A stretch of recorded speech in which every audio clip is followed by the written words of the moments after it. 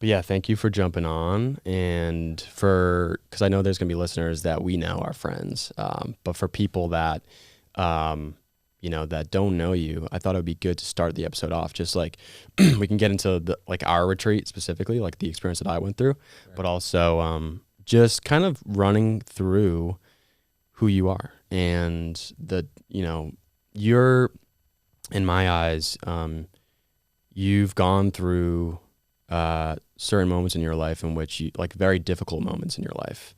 One being your knee and other, circumstances. But still you've had this energy of wanting to be a leader. And, man, I just to watch you over the course of the past year and a half has been, and just to grow our friendship and our relationship has been, beautiful in my eyes. And same.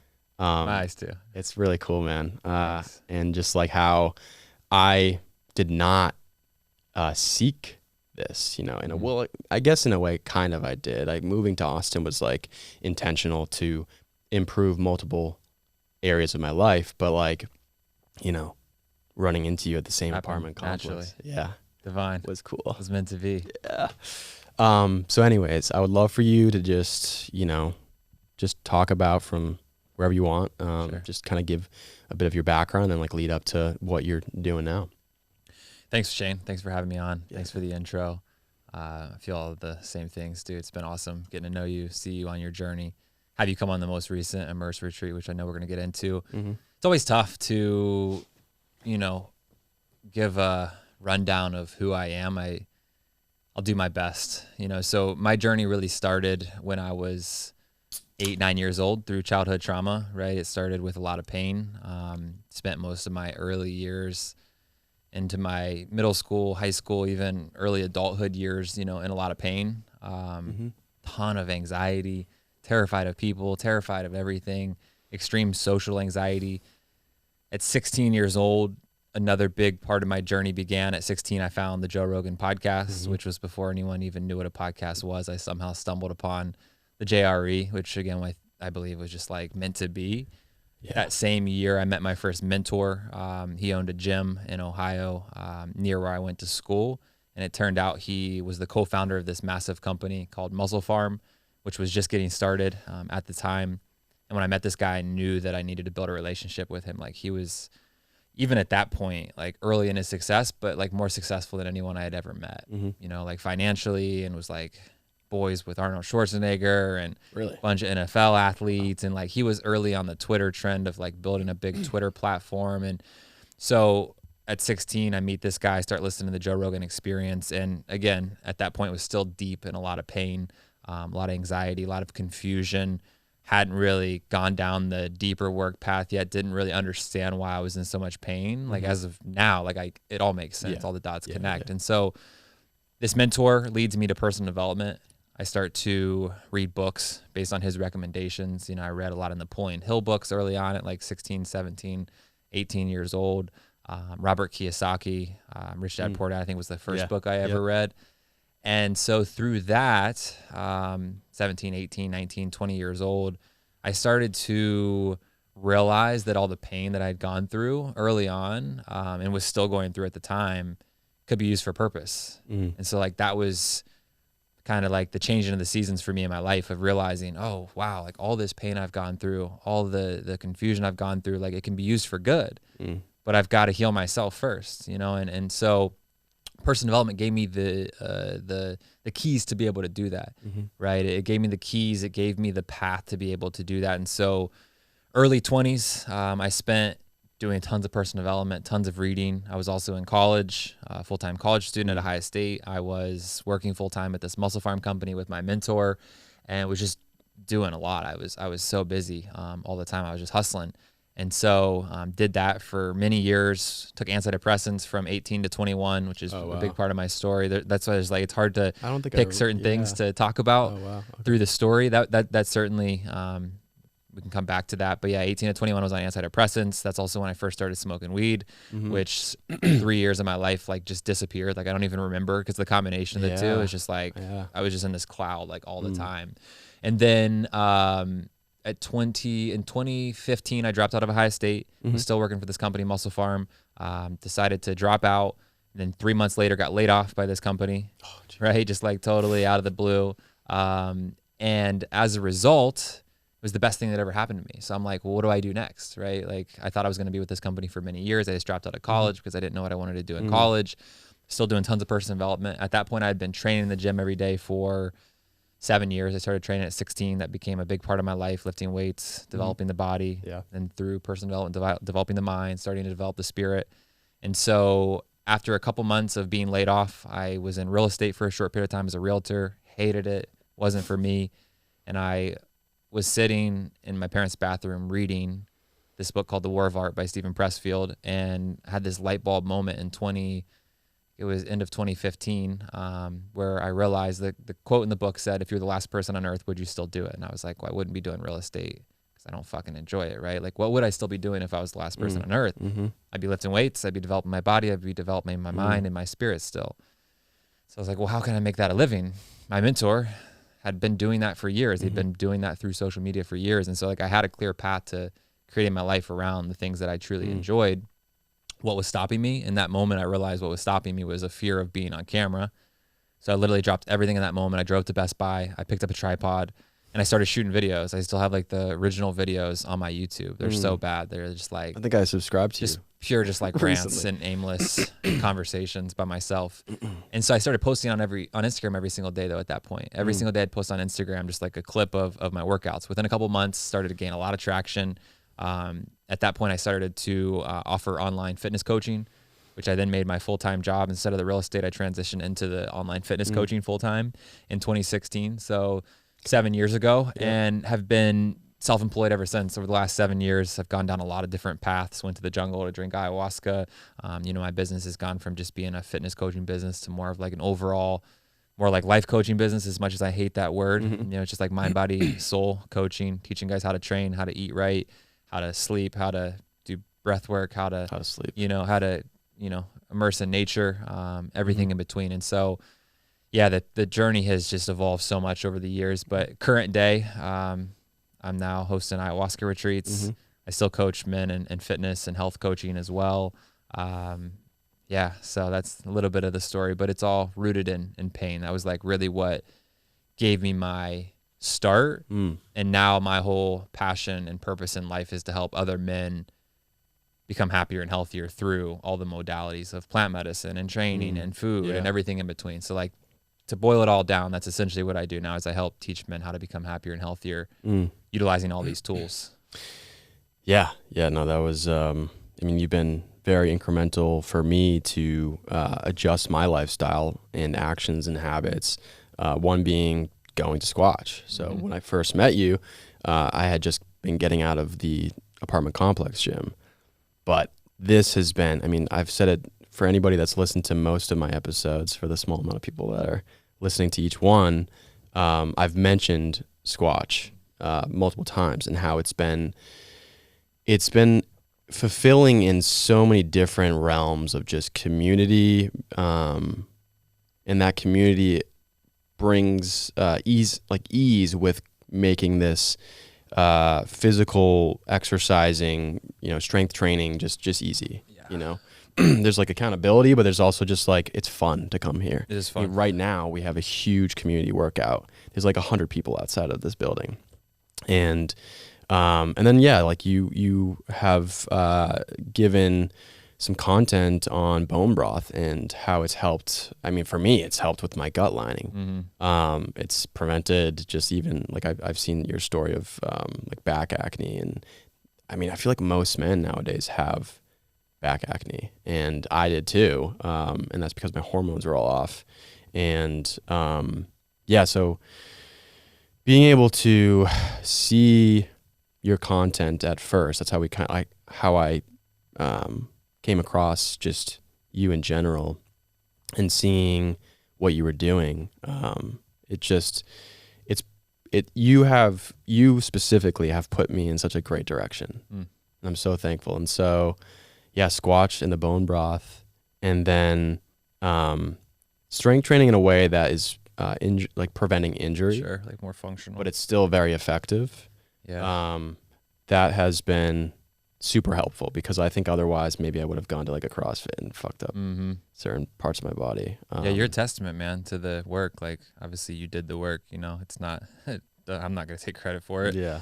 but it has been cool to be a part of your journey and to see your transformation mentally, physically, you know, spiritually now as well, which I know we'll get into at the retreat. But yeah, you're living, walking proof, you know, that this stuff works. Like, I'm not reinventing the wheel. Like, I just talk about things that I've learned from other people, but it all works. You know what I mean? Like, if you do these things, you'll become happier, you'll become healthier, you'll live a longer, more fulfilling life. You'll make more money, you'll have more rich relationships and everything in between. It's like the work works, you know? And again, like, you're living proof of that. So thanks for, for doing what you're doing, man, and being a testament to everything. Yeah. Yeah. So maybe we could dive into, you brought up the fact, like, when you were 19, you were on antidepressants. Yeah. Because there's definitely a large portion of men and women on antidepressants in America specifically. Right.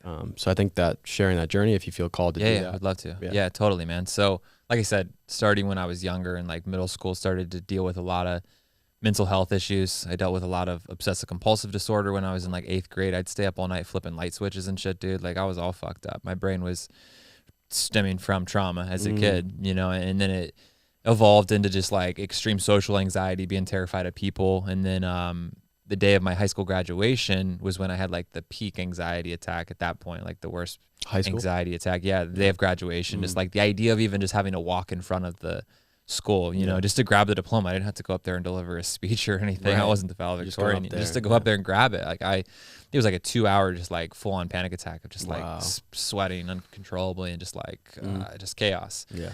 And so went to college that summer, like 3 hours away from home. And that was the first time I'd ever like gone away from home. I was like really close with my parents at that point. They were like, you know, comfort for me, especially my mom. And so after a week of being at college, I ended up dropping out. Well, I'll tell the story. So like, I would go into the school cafeteria and could even go to the cafeteria without having a panic attack. You know what I mean? Like, it was just like my anxiety was so strong at that point. And so I got really lucky because I went home the first weekend of school and I was at this party out in the cornfields and there was a rope attached to this tree that you could climb. So I was wasted and I climbed this rope and I got to the top like 12 feet up and it snapped. And like, I had my legs straight out like you would climb it, you know, at the gym. And so I dropped to the ground and my wrists are the first thing that break the fall. And I snapped my wrist, which was awesome because that was my excuse to drop out of school. You know, like, I already wanted to drop out. So like, that was a blessing in disguise to be able to have an excuse to drop out.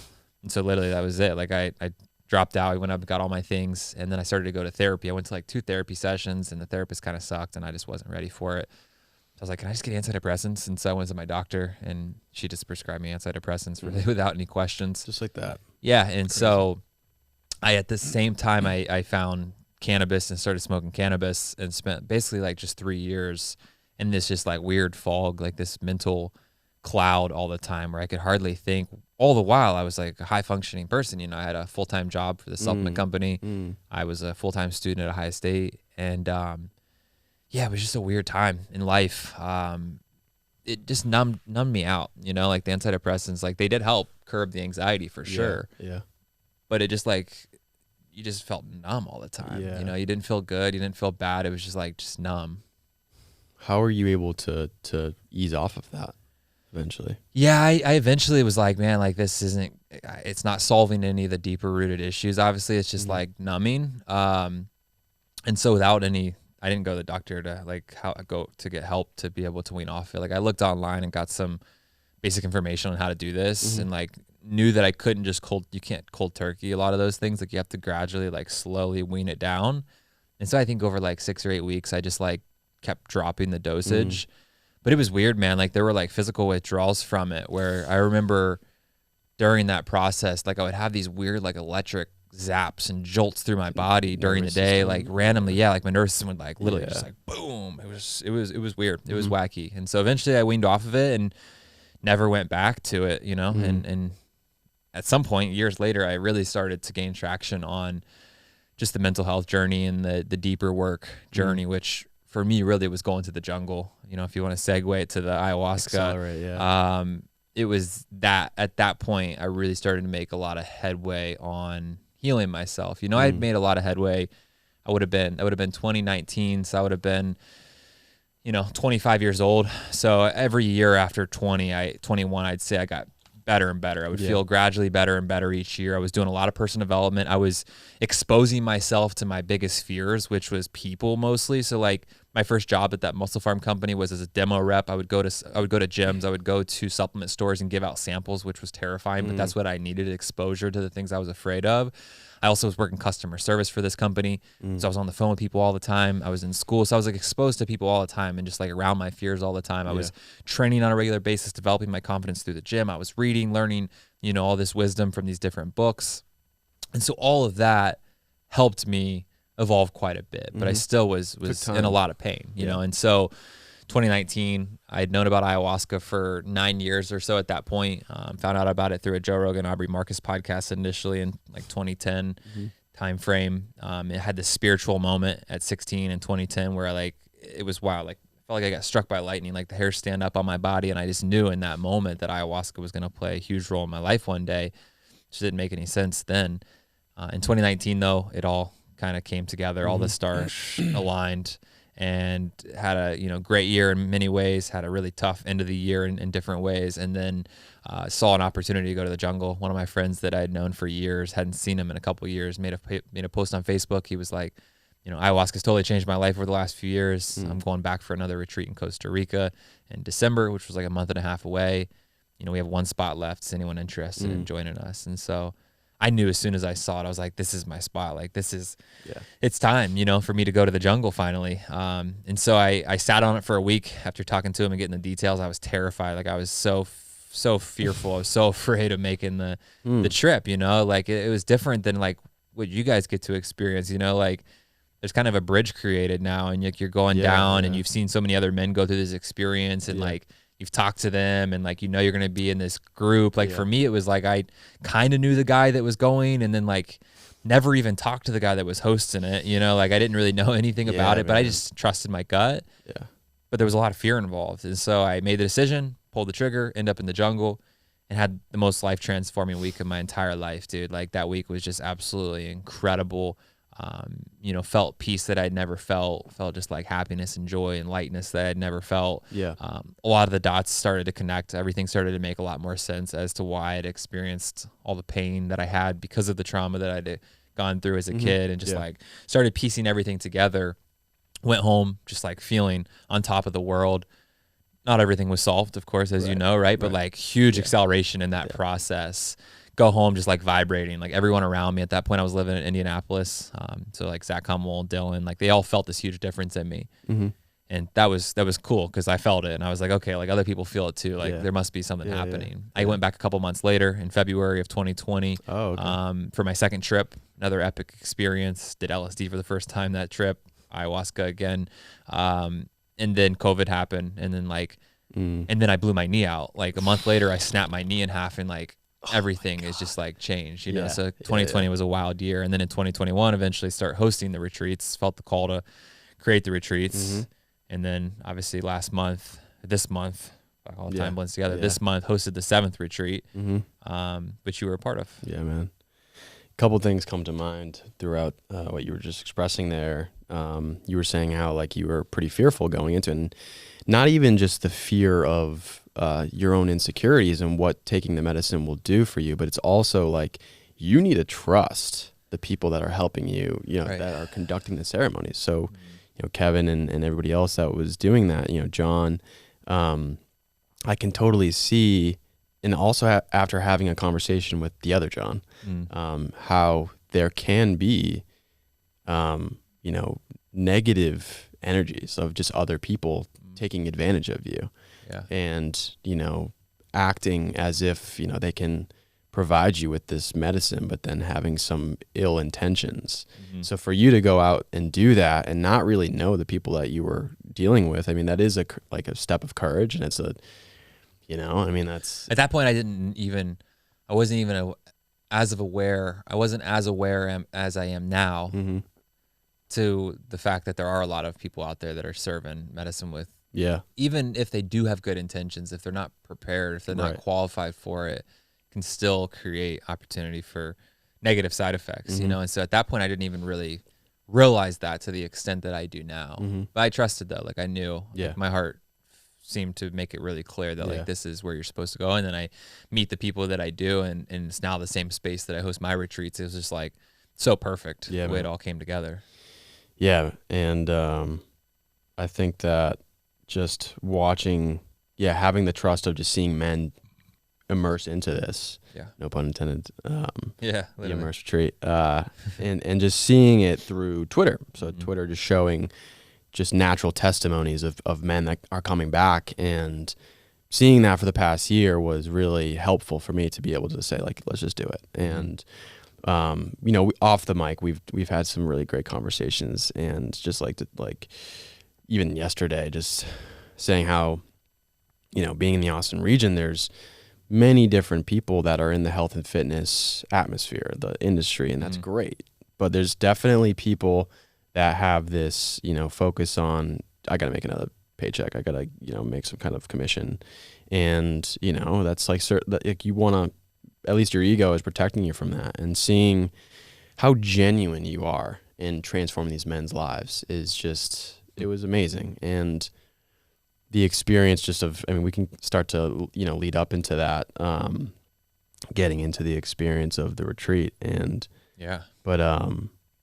so I've expressed this, I feel like a broken record, but this was easily the most profound moment of my entire life. And I don't take that lightly either, like saying that. And I've never really had, for like anybody that's listening, that's, you listen to, or they've heard of Aubrey Marcus before, and they kind of think it's some kind of hippy dippy, woo-woo spiritual stuff. Like, I've never had a spiritual really attention or intention, or just taking the time to really invest in that. And so this was really kind of like a great way to accelerate right into that. And this has easily, been the most beautiful experience that I've had. But it's not even just the two ceremonies and being, taken into the force of the medicine, and like actually experiencing the physiological and the visual, all of that, but also the deep connection, the sweat lodge and the combo and the conversations, and just being at the retreat house, the Casa Nautica, like, it was beautiful. And it was like raw. It was raw. It was just like raw, genuine, natural ways of just connecting with men, and the people that were involved with, even the other people that were at the ceremonies that, like the women and other men that were there. So yeah, man, I think if I just, like, I could start to get into leading up to it. So flying into San Jose and getting there and being like pretty exhausted, after a full day of travel. And we were saying in the sauna how, at first it was like, you have these like bits of chaos here and there. Like you saw all the bugs all over the place, like that are not typically,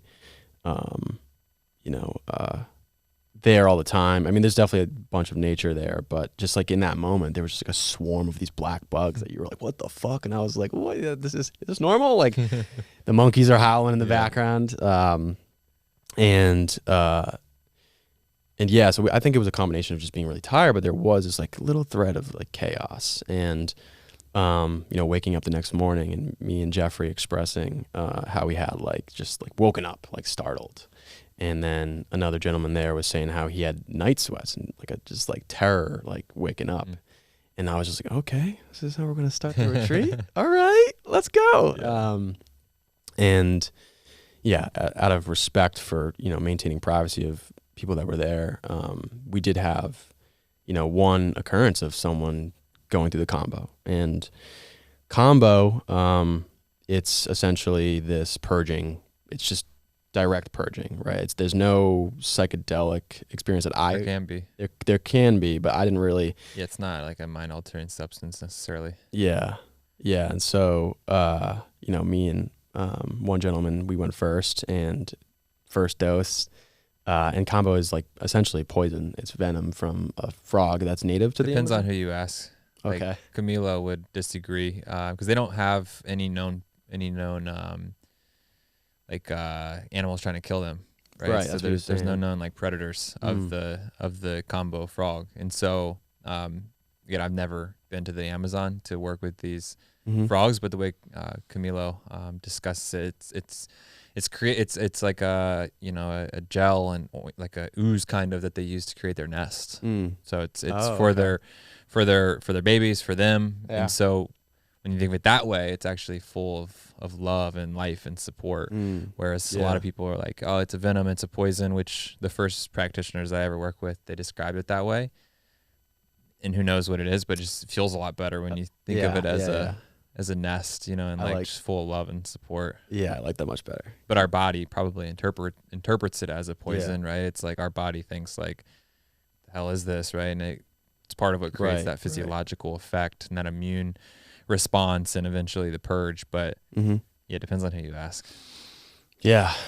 So you're getting so he's burning your skin and making marks so there's for each. Yeah, it's like a medicinal piece of wood, like a really small, thin piece of wood, and then it's used lighter to light it up, and then just a small, like ballpoint pen, a little smaller than that, or a little larger than that, burn on the skin to open up the flesh. And then that's where the powder goes in. The powder goes in. Yeah. So he gave me the first dose, and then the other gentleman next to me, and he started purging. I did not. And I just sat there, and I think I had asked you before, or you mentioned like that doesn't typically happen. You typically first dose, Most people. Yeah. And so he gave me a second dose, and that's like when immediately I could feel like just like a head rush of heat, and like within my extremities, like tingling in my hands, my feet. Wim Hof, almost like deep in Wim Hof. Yeah, similar feeling for me. Yeah. And so I was like, all right, let's just let this happen, and like it still wouldn't come out for me. Like Camila had to come from behind me and like move my stomach, and eventually I purged. I immediately purged. And that might sound terrible to some people, but like what happened next was amazing. So there was no, at least this is for me, there was no conscious thoughts of anything that prompted this, but there was no memory of like something that's happened with my family or anything like that. It was just this emotional energy to be allowed to just belt out and cry.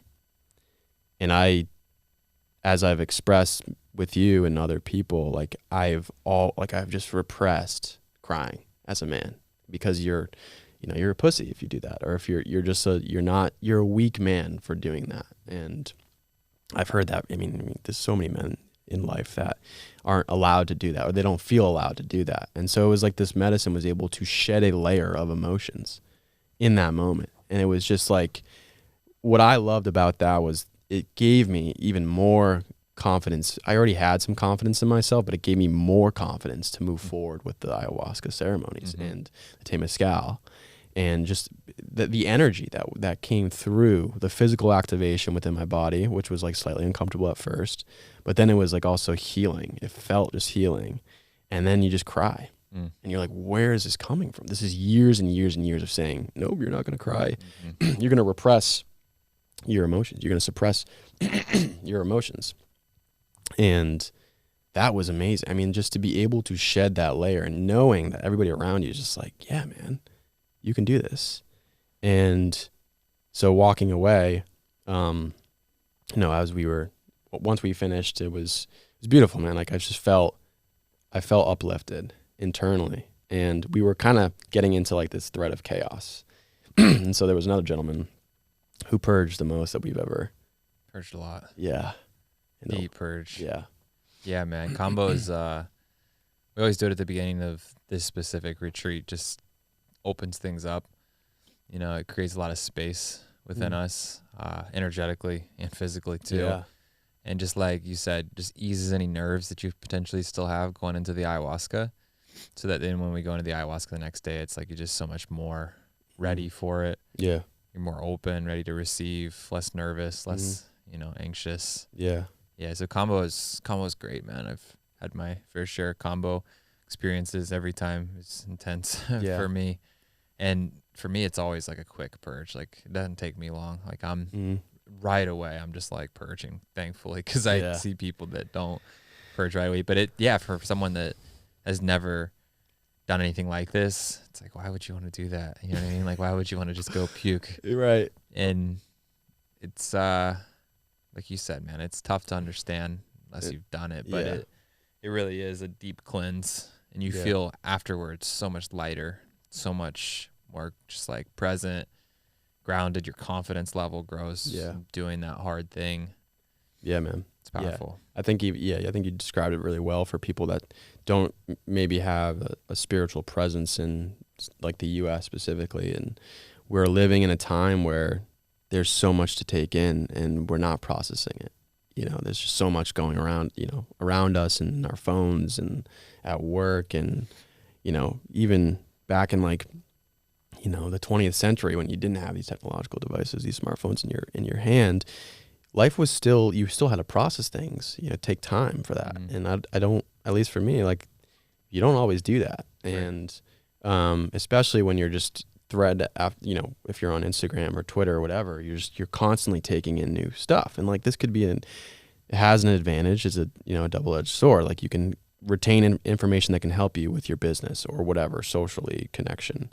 But also it can hinder, it can provide you with negative stuff, negative news. And you don't sometimes always process that if you're just like literally all day long, 4 hours a day, just like scrolling. And so, yeah, I think that, you know, I'm kind of jumping out of line here, but like coming back from the retreat, I was like, I unfollowed so many things. I'm still doing that. Nice. I'm unfollowing things like Substack articles, emails. I unfollowed like 200 plus people on Twitter, Instagram. And I'm just like, why am I like, this is too much. This is way too much. But it's also just like, I mean, for me walking away, I feel just amazing. Like I feel,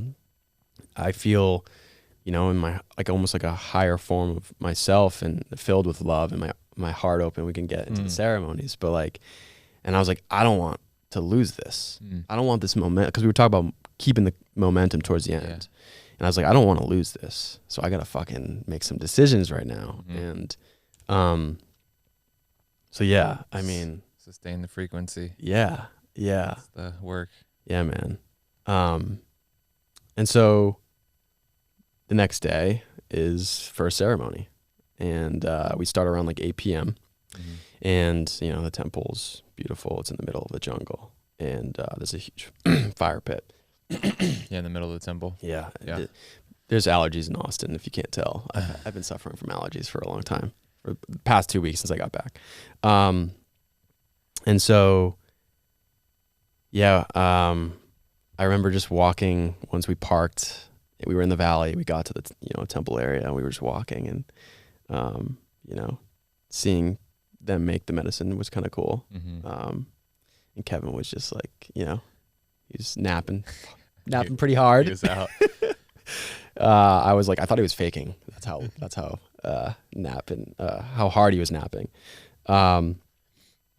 And yeah, so what was that like, showing up and just like seeing the temple, and was it pretty surreal? Yeah, I mean, I'm telling you, man, like I had no expectations.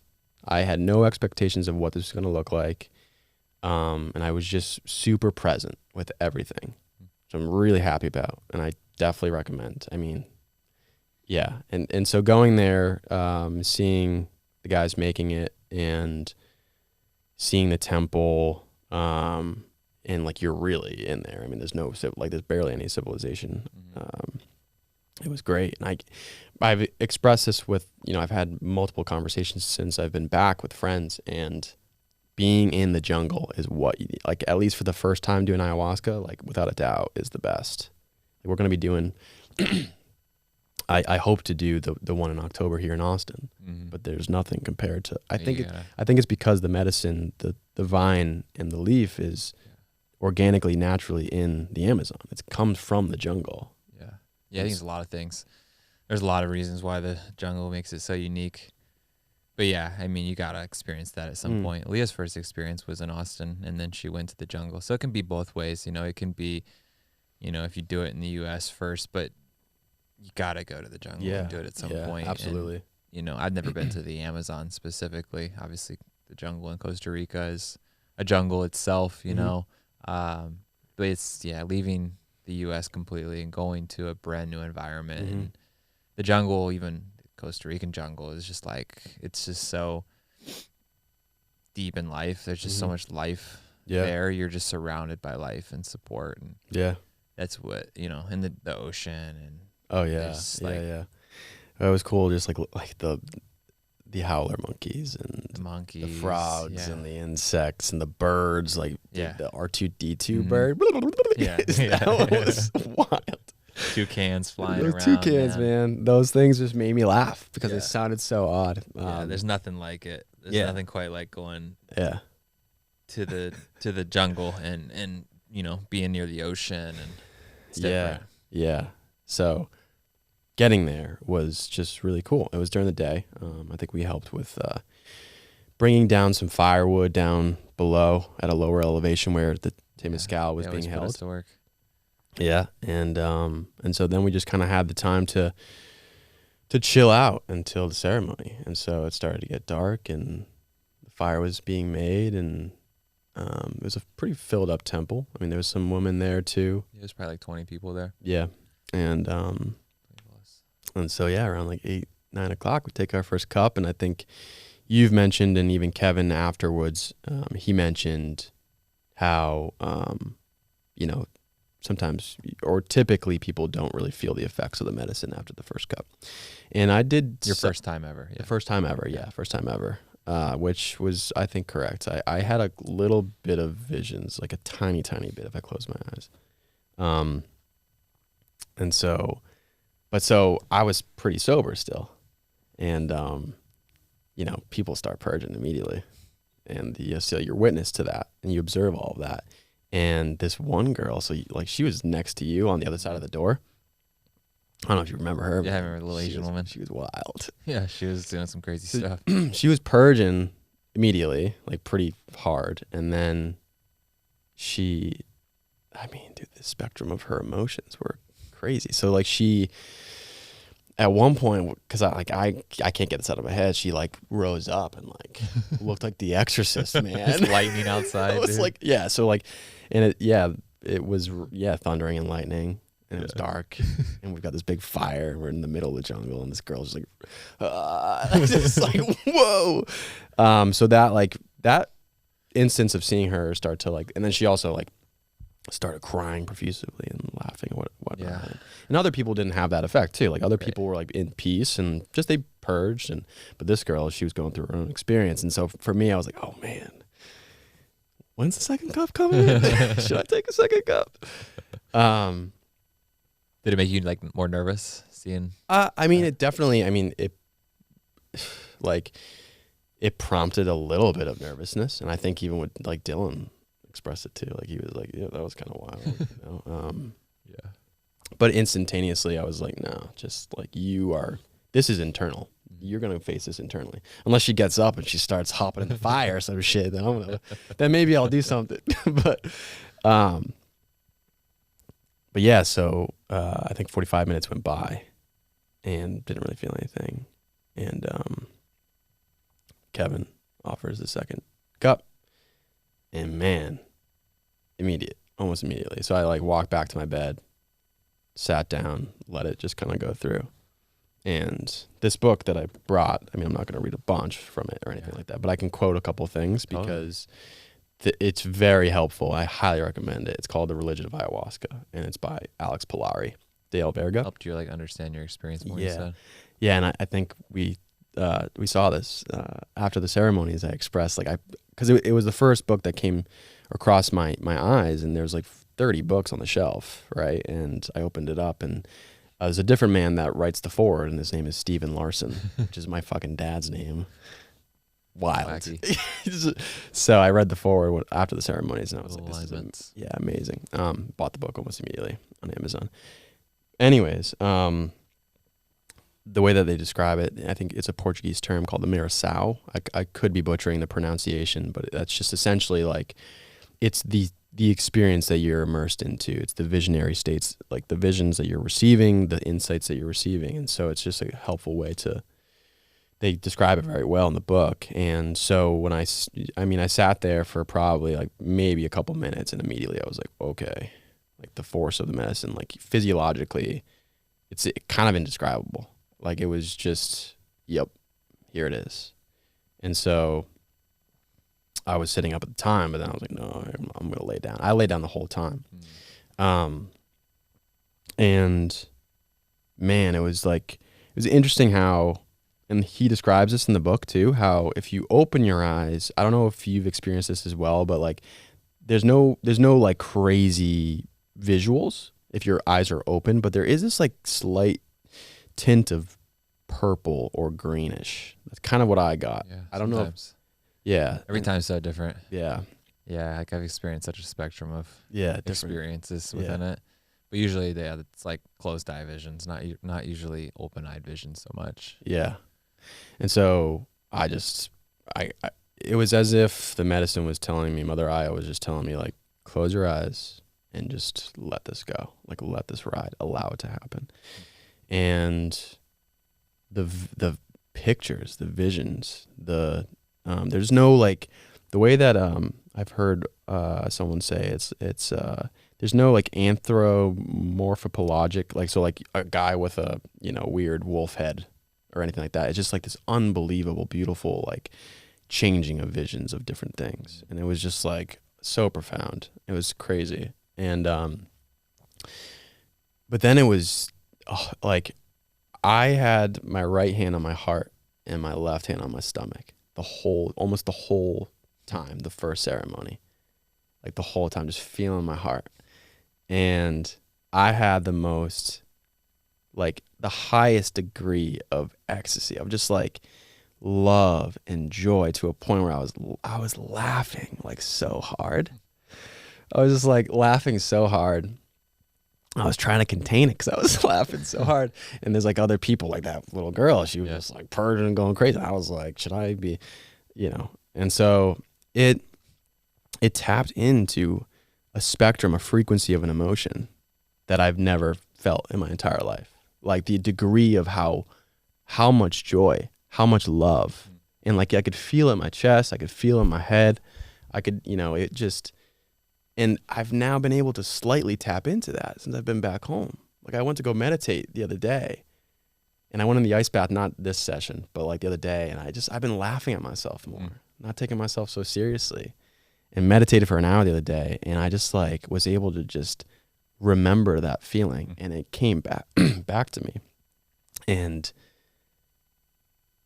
there was no insights to that, right? There was no like, this is... Because like now I think about it, and I'm like, maybe this is the joy and the love that your mother would have given to you if she was still alive.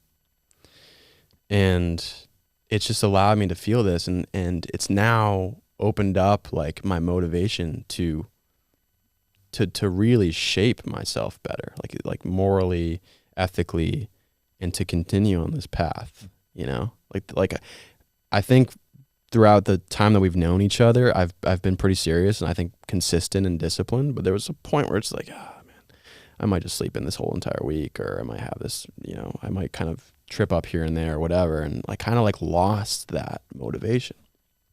And man, this trip has just reinvigorated and energized me to an extent that like I can't even I'm still trying to describe. I'm still pulling threads. And I was talking to 2 other guys on the phone. One was yesterday and a couple days ago, and then I'm talking to another one on Monday.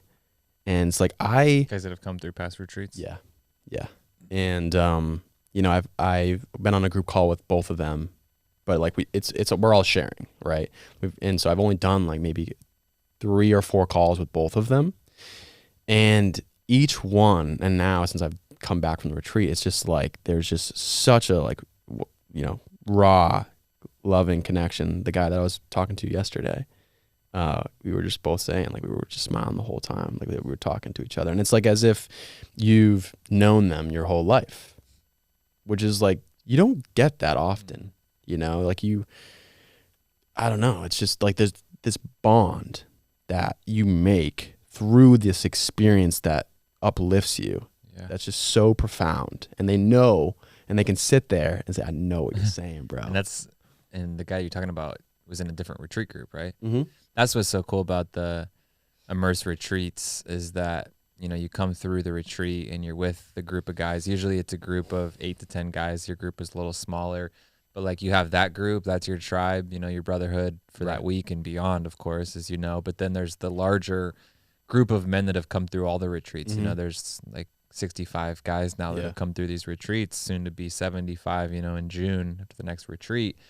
And just like you said, you can connect with these guys so quickly because we've all got this shared experience. And so it's like a true community and brotherhood, and I'm excited to continue to grow it and build it and bring it together in different ways. You know, like we're all going to meet up. A lot of us are going to meet up at the Do Hard Things conference in August in Colorado, you know, and just creating different spaces for all of us to come together, because you meet these guys from different retreat groups and just immediately you can just bond and grow because of that mutual experience of going through the retreat in the jungle. Yeah, it's magical. And I mean, I'm definitely going to be brushing over just the power of the medicine and like what I experienced, like how profound it was, and just trying to describe it. It's like, you know, I think I've been kind of doing it well to someone that's never done it. You know, it's like, it's kind of hard. Like I can be a little bit more crazy, like with my vocabulary with the men that have gone on these retreats. Totally. 'Cause they're like, yeah, I got you, man. But other people, it's like, well, listen, like, you know,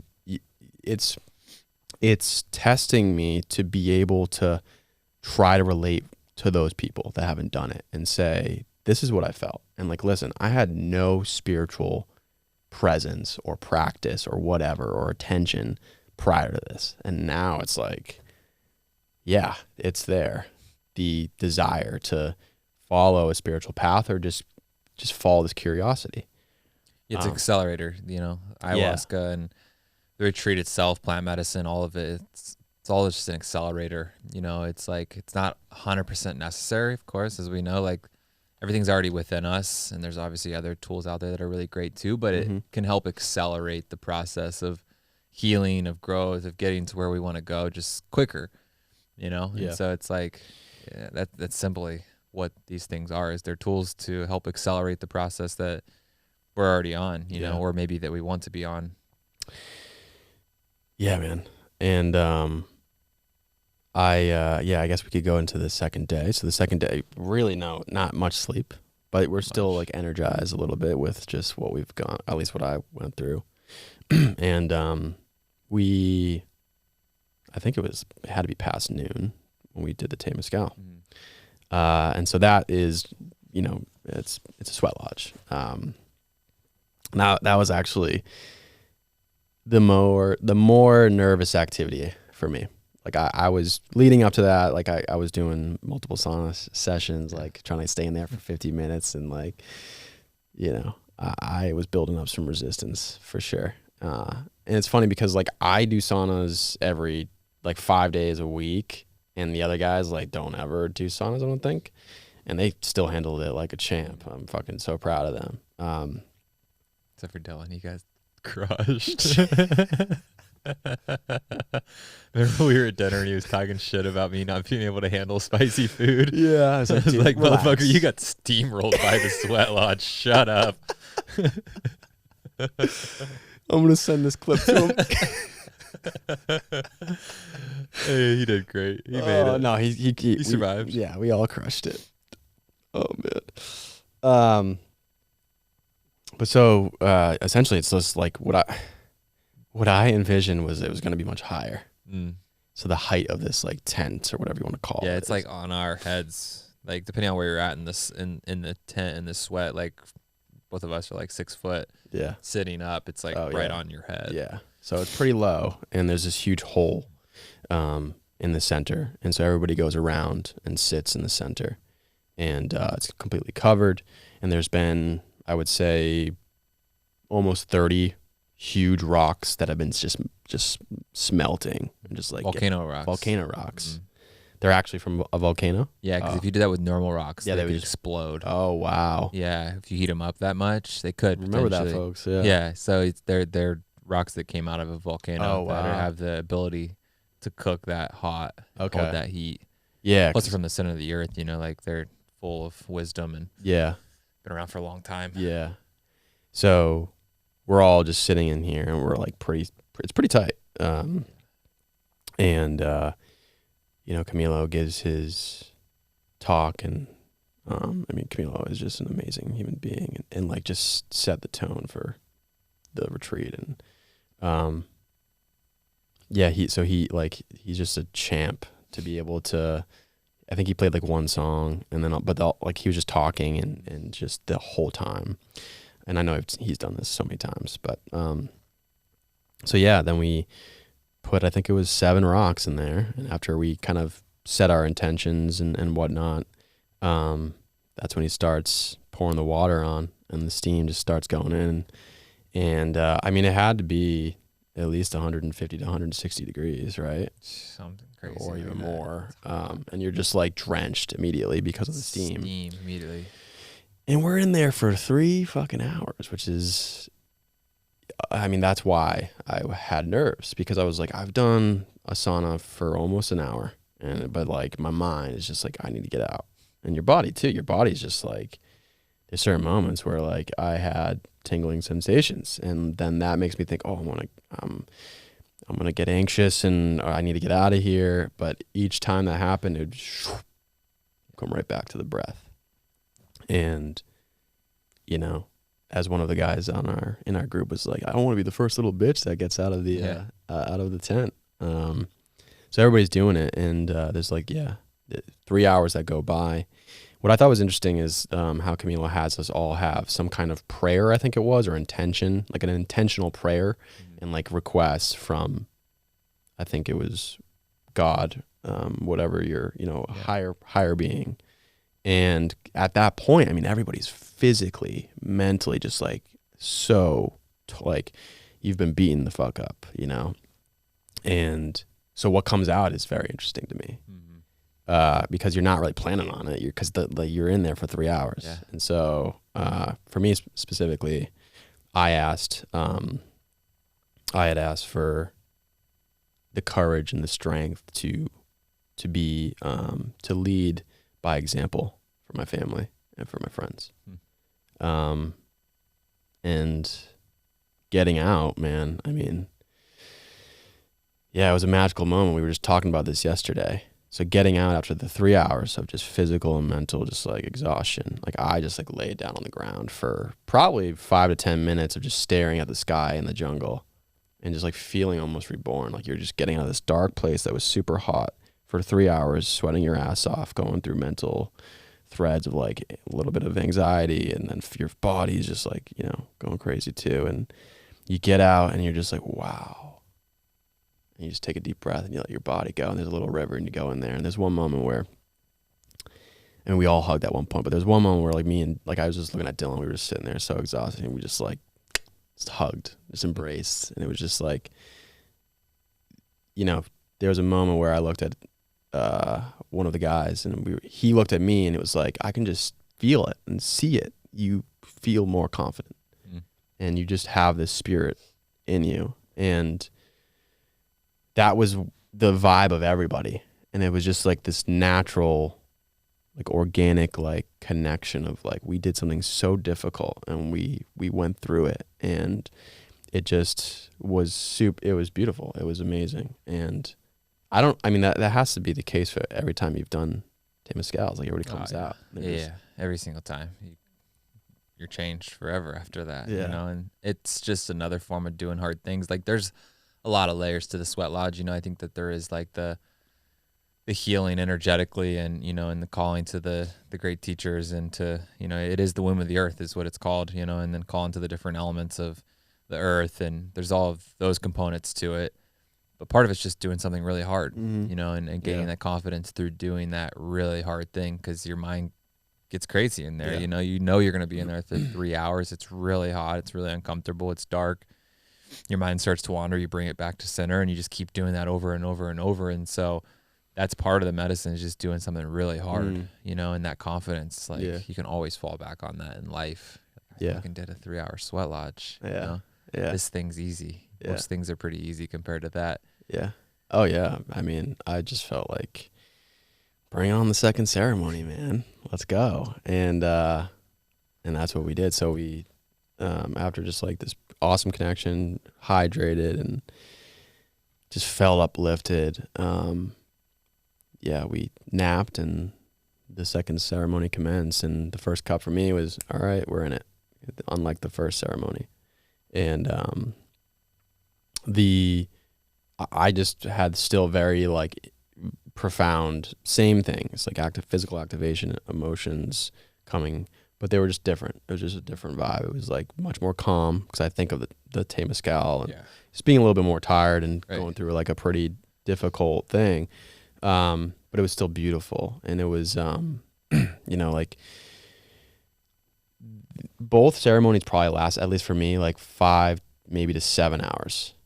And so like the last 2 to 3 hours of this second ceremony, I was just processing in a very, like, not in a pathological way of just like overthinking, and like it was just processing some of the deepest held shame, pain, guilt, all of just what you've been holding on to as a kid, and processing it for 2 to 3 hours.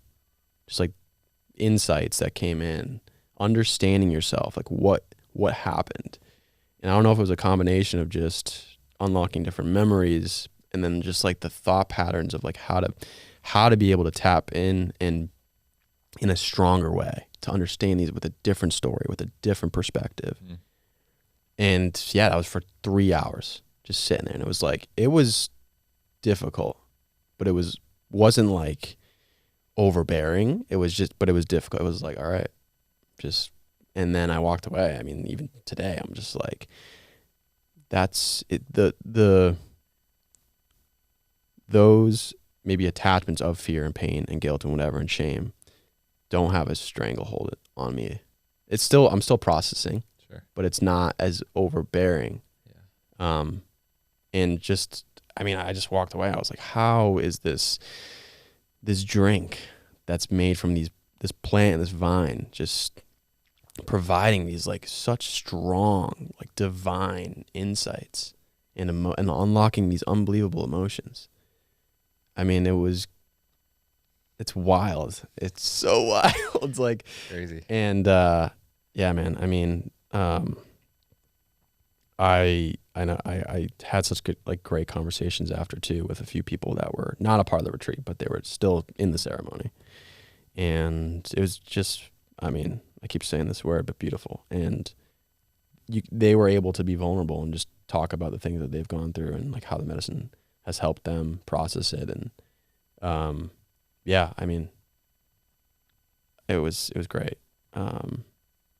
So magic. It's the closest thing to magic I've ever experienced. Yeah, seriously. You know, I mean, it's a whole different world, man. Yeah. Like you just, all the plant medicine experience I've had, but ayahuasca is certainly the one I feel the most connected to, most called to, and yeah, it's just true medicine, man.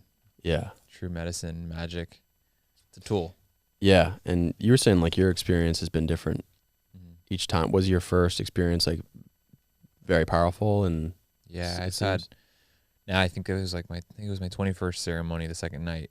So I had 21 total ceremonies. The first one ever I think was similar. Like you said, the first cup I didn't really feel. I remember John coming up to me and like asking me like, "Do you feel it?" And I'm like, "I don't think so." Yeah, same. Yeah. And then the second cup came on super strong, and it was just like so intense where when I would have my eyes closed, it would just like be this vortex and just like going so deep into visuals and just like feelings. And then I like kept opening my eyes. Like I kept pulling myself out of it intentionally because I was afraid to go, all the way into it. Yeah. And I did that for hours. I would keep pulling myself out of it and then go back in and just like pull myself out. And then there was this voice a couple hours in to doing that started talking to me, and it kept saying on repeat, the magic is in here. On repeat, it kept saying the magic is in here, like over and over and over. And so like I basically just interpreted that as like you got to be willing to go within, you got to be willing to like trust this process of going inward. And from that point forward, I was able to like trust it more. Through each ceremony, I've been able to trust it more and more and be able to go deeper. But yeah, man, like every ceremony's been unique. Different takeaways and different, works have been done within each experience, but they all collectively are working towards the same end goal of just deeper healing and connection and growth. And Yeah, and It's been cool. I mean, for me too, like what was very powerful was the music. The music that was played. So good. And then like, you know, in between these songs that were played, there's just like Kevin dropping like unbelievable wisdom bombs. And like there's just almost every time it's like as if he was reading my mind, or he was reading the experience that I was going through, because it just like so graciously was this interjection of like wise words in the passage of just like that just like flowed so well with what I was going through in that moment. And I mean, he's just like, I have so much respect for him and everybody that was involved. And but that's really important. I think I don't know if we're limited on time. If you have a little bit more time, I got some more time. Okay, cool. There's one interesting moment that I'm still trying to pick apart, and I've already expressed this with you, but I kind of want to share it because it's like it was very interesting, and I've been talking to my friends about it, and you know, it was the whole worm thing. And when we locked eyes at one point, I don't know if you remember, it was like the only moment. Yeah. But yeah, so there was this moment where Kevin was just beating his drum, and then like it was the Heal the Body, that So song, which was just amazing. And so he would eventually go around banging this and singing Heal the Body, Wash the Heart, Clean the Mind, Purify the Soul. And he would walk around and like kind of pause in front of you as you're laying down in the medicine, just banging it. And you're just like, you listen to what he's saying, and it's just like so healing. And there was a few moments where, you know, because like your head's against the wall of the temple, a couple big ass spiders were just crawling down. And it was what was funny was like whenever fear came, like just, you know, it was fear came within me, and I would, you know, wonder what I should do. Should I like swipe this thing away, or should I just let it do its thing? And there was just this like going back and forth. Just let it do its thing, or maybe I should swipe it. And it eventually got to a point where they just do their thing, you know. But it was like kind of like a little test in the midst of the medicine. And so this one moment, so Kevin, he's beating the drum, heal the body, wash the heart, and he's over me and doing that, and how powerful it was just like, man, it was amazing. And then he walks away, and a few minutes go by, and I'm thinking another insect is like trying to crawl on my head or whatever. Cause we're getting bit like crazy too. You know, that is a part of like, you know, being in the jungles, like you get bit by a lot of mosquitoes and different insects. And so I felt a tickle in my ear, and I was like, what the fuck is that? And I went to go grab and like feel, and I felt like it seems like I physically felt something, and it was like this black worm, and I got shocked, and I threw it down. And then I like got up immediately, and that's when we kind of like locked eyes, because I was like, and you were like, are you good, bro? I was like, yeah, I'm good. But then I couldn't find it. I had no idea if that was real or not. And that was the only like question of like actual in the material world, physical reality, if that was real or not. And maybe it fucking squirmed somewhere else, or maybe it wasn't. But like I had these weird insights like 2 years ago during COVID. Like there's this just, you know, Eric Godsey, he talks to Aubrey in this podcast episode of like just being in a phase in his life where being brilliantly skeptical doesn't require intelligence, and it can become like, if you have so much skepticism within your perspective of life, which kind of that happened for me during COVID, just like not trusting, and we don't have to get too far into that, but just not trusting our government and like everything that was happening. And so I got really skeptical for a long time, and I had this crazy nightmare when I was like in the midst of the, you know, the lockdowns. And one of it was like I think it was like the Chinese government or like our government had created this nanotechnology that could go into your ear and then like stick into your brain. It was a nightmare, but it was just like, all right, it's a dream, you know, but it like, I always remembered it. And like this moment, the insights that I received right after was like, what if that was just like a dispelling of like your internal nightmare that you had or whatever. I just thought that was so interesting, and I'm still trying to pick that apart.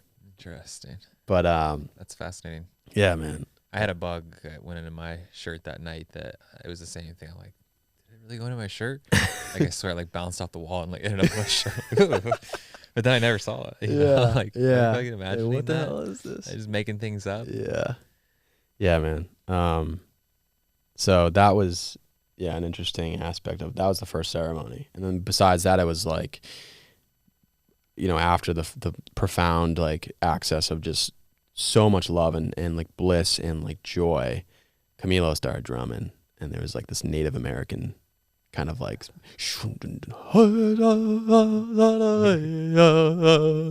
and like the fire is like flickering onto the ceiling, and you're just like, you're so deep into the medicine. And I could tell that Dylan, like next to me, we were both, totally immersed, like totally going deep into it. For me at that moment, it was actually, that's when there was this back and forth of like a slight fear. Cause like, I mean, Camilo would get intense, like you get really intense and then kind of drop the volume. But when he would get intense, it was just like, all right, we're kind of in this spiritual, like what came to me was like, we're in this spiritual kind of battle of, at least based off of what I've seen happening over the course of the past couple of years within the US and everything that's happened with COVID. Like, it was like, this is a test for you to be fearful and how you're going to have internal strength. That's kind of what came up for me. And it was very interesting how, I mean, I'm just, like I said, I'm brushing over this so much, but like Camilo's moment there was a test of strength and like just being internally centered. Yeah. Come back. Because there was fear. There were certain visuals that came, and I was like, whoa, what is this energy? That's what all the medicines are, man. They just teach you how to stay present no matter what's happening. Stay centered, come back to center. Whether it's combo or it's a sweat lodge or it's the ayahuasca. Yeah. Like that for me, that's at least a part of the part of the work is just the chaos that ensues, and then you just come back to being centered. And the more you can do it in that space, the more you can do that in normal life, you know? So it's just like the retreat, all the medicine, it's just a microcosm of life. Yeah, man. There's a quote here that I want to read. So it goes, as we develop on the spiritual path, we go through experiences that naturally stimulate our surrender to God or whatever it may be that you believe in. The true surrender is a spontaneous giving, an act of love, and is never due to fear. After we encounter doubts and fears, we may lose the need to understand what is happening. What is happening is what God is giving us. As less energy is spent rebelling against our destiny, we will attain optimal conditions for transforming it. This unconditional surrender guides us to a new channel of intuition and a sensibility for the truth. Without this, the experience is purely intellectual and only reveals God to the mind, but does not receive him in the heart. I highlighted that, and it just hit me really. That's passage. Good. Yeah, man. This book is fantastic, and I've really, I was telling a buddy of mine who's going to be doing an ayahuasca. He signed up for an ayahuasca retreat not too long ago, prior to me even going on my retreat. And but I told him about this book, and I was like, you know what, it might be good to just do your first one ever without reading the book, and then come back to it, because it's just like you receive what this guy is saying, and you know what he's saying, like you experience it. Yeah, and like Camilo said, like there's certain things that you kind of believe in, you think about them, but then there's things that you just know. Yeah, that's a lot of people that are religious, like they unfortunately have never really like fully experienced what they believe to be true. So like they mentally believe it, but until you fully experience something in your heart. And yeah, it's different. It is, man. It's different. But that's what's cool about the medicine is like you get to go on your own journey and your own experience and build your own relationship with God, with higher power, with the spiritual teachers, and you don't have to just believe what someone tells you. You can go and experience it and create your own beliefs off of that, really, and it's fucking awesome. It's also an experience with yourself, like just self-knowledge, so that you can have more clarity. And man, yeah, it's this journey of self. Yeah. You said self-knowledge and just getting to know yourself, and through that you get to know God, and the Creator. Yeah, Because man. I believe in my experience, it's all one. Yeah. We're just a, expression of that Mhm. wholeness. And so the more that we go inward and experience ourselves, the more we experience the whole thing. Mm. Kingdom of God is within. Yeah. Listen, I think that's a great way to conclude. I want to be respectful of your time. Where can people find you? Twitter is where I'm mostly at these days. Jungle__J Mm-hmm. AY. Instagram. I need to get back on Instagram and crank that up where I want to. Mm-hmm. Just JAY_Azeltine, AZELTINE. And then my website is jazeltine.com. Mm-hmm. You can learn more about the retreats on the website. Some free content on there. Yeah, man. Those are the best places. Yeah, and I'll link it all. And yeah, if anybody is curious, after listening to this, and I'm happy to get more in depth about my experience, because it was all encompassing. Everything in Costa Rica was just great. It was just the hospitality, the atmosphere, you leading it. It was amazing. So I'm so thankful. It was an honor to have you there, Shane. Yeah, I'm man. really excited, man, for you to work with medicine more. Yeah. Hearing you talk about it today, I'm like, man, I can't wait to sit in ceremony again. So I can't wait for you to get to have more experiences and continue to build that relationship. And thanks for being a testament to all the work and now the retreats. And I'm excited to continue to grow together. And you've just come so far, man. It's just been absolutely incredible to see your growth. And even since the retreat, like I was telling you, you just seem like such a higher level of yourself, just more ability to express yourself freely and just more like free flowing. And so it's super cool, man. It's just the beginning. Pumped to keep building here in Austin. Yeah, man. Thanks for having me on today. We'd love to come back again as well. Yeah, for sure. I would love to have you on. And cool, man. Yeah, I appreciate you, and thank you for those comments. And that concludes it. Peace out.